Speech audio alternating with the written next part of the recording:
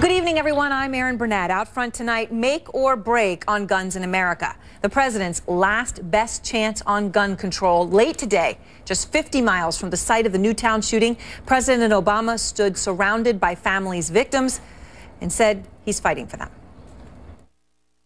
Connecticut, this is not about me. This is not about politics. This is about doing the right thing for all the families who are here that have been torn apart by gun violence. It's about them and all the families going forward so we can prevent this from happening again. That's what it's about. That's what it's about. But is it already too late? Out front tonight, Mark Glaze, director of Mayors Against Illegal Guns, and Larry Pratt, executive director of Gun Owners of America, a pro-gun lobbying group that's a fraction of the size of the NRA, but maybe more powerful. The New York Times calls Gun Owners of America an influential force and says it was this group's lobbying blitz that helps explain why a bipartisan Senate deal on background checks remains elusive. So, Larry, let me start with you. This week being called a make or break week for the president on gun control. It's now or never. He had that speech today in Connecticut. We just played a little bit for our viewers. And tomorrow, of course, Senate Democrats say they're going to talk about when they're going to bring their bill to the floor. And there's going to be families of Newtown victims lobbying on the Hill. So there's going to be a lot. How confident are you that you can make this a break moment, not a make moment for the president? Well, we're cautiously optimistic. We think we should have the votes. There's a number of Democrats that have to run for re-election next year who come from Republican states, and they're looking over their shoulder, and I think they might replace some of the missing Republicans who are not necessarily going to be on the reservation when the vote comes. There's been a parliamentary setup, and Wednesday morning we should know whether the filibuster is going to hold or not. So, this could all fail, Mark. Let me just, part of the problem is what's happened between Newtown and now to American sentiment. Fewer people support a lot of gun control measures, background checks, though they do still support. But all in, more Americans disapprove of the president's handling on gun control. That number's gone up since January. It's now more than half of Americans disapprove of how he's handling it. So, will the president be able to get this done? Yeah, sure. I think so, in part because the president actually has done the right things and will do more of them. But secondly, because, as you say, get away from outmoded questions about gun control and on to questions about background checks. And I have to give it to Larry. I mean, he has managed to gin up the 11% of the public that doesn't think that everybody should get a background check, which is about the same percentage of people who think Elvis is still alive. So kudos to him. But I think we're going to get it done. All right, Larry, that was those were some tough words, but he's right. All right, 91% of Americans support universal background checks for all gun buyers. That's a Quinnipiac survey from just a few days ago. And, according to FBI data, I want to ask you about this because there's a terrorist watch list. We all know it in this country.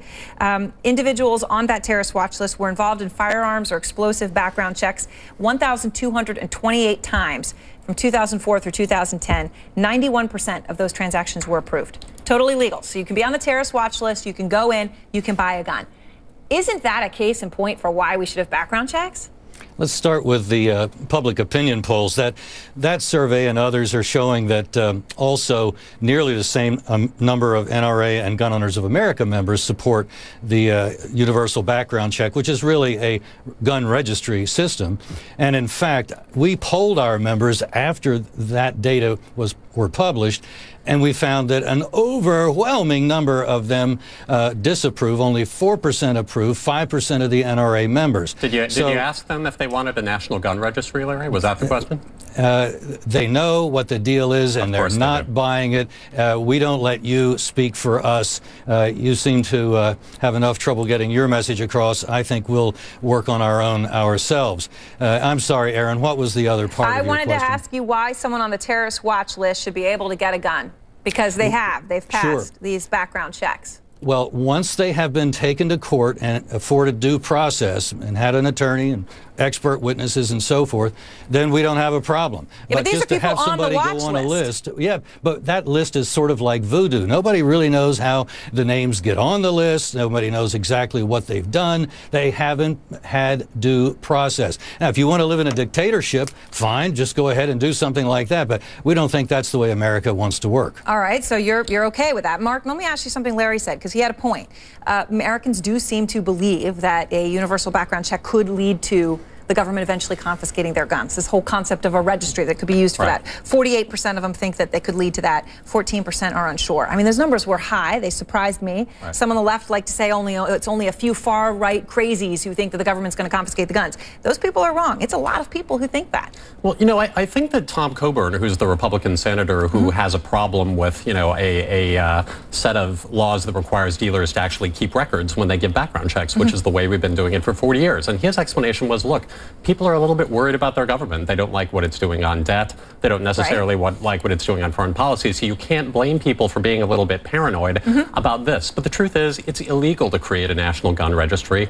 Nobody wants to create a national gun registry. And a lot of states already require background checks for all gun purchases and effectively keep lists of people who have passed those background checks. And nobody in California has come to take anyone's guns. In fact, they had record gun sales this year. Right. So, Larry, let me ask you something. On 60 Minutes last night, they talked to some of the families whose children died in Newtown. And last night on 60 Minutes, Nelba Marquez Green spoke about her daughter, and she had a son and daughter at the school. And she talked about the moment when they were looking and trying to find her daughter. So let me just play that for you for a moment. And then I got a text from Jimmy. I have Isaiah, but I don't have Anna yet.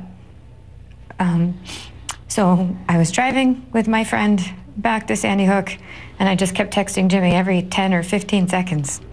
Anna, question mark. And then Anna, exclamation point, because we had Isaiah. I didn't understand why we didn't have Anna. Now, Larry, we know background check wouldn't have stopped Newtown, right? But a limit on magazine capacity perhaps would have. There are changes in the law that might stop one of these horrible things from happening. Would you ever want to stand in the way of that?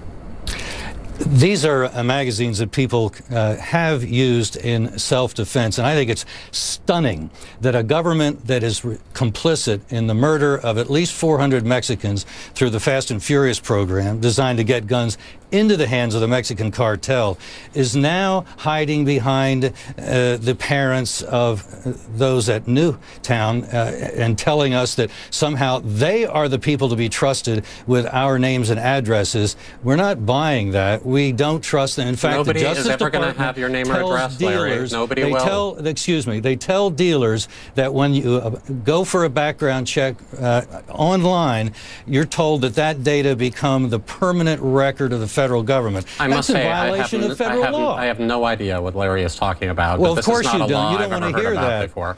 When you get a background check, the dealer runs that check, the government destroys any record of that check within 24 hours, and the dealer keeps a paper record. So if that gun ever turns up at a crime scene, it can be traced down through the path of ownership to the person who used it in the crime.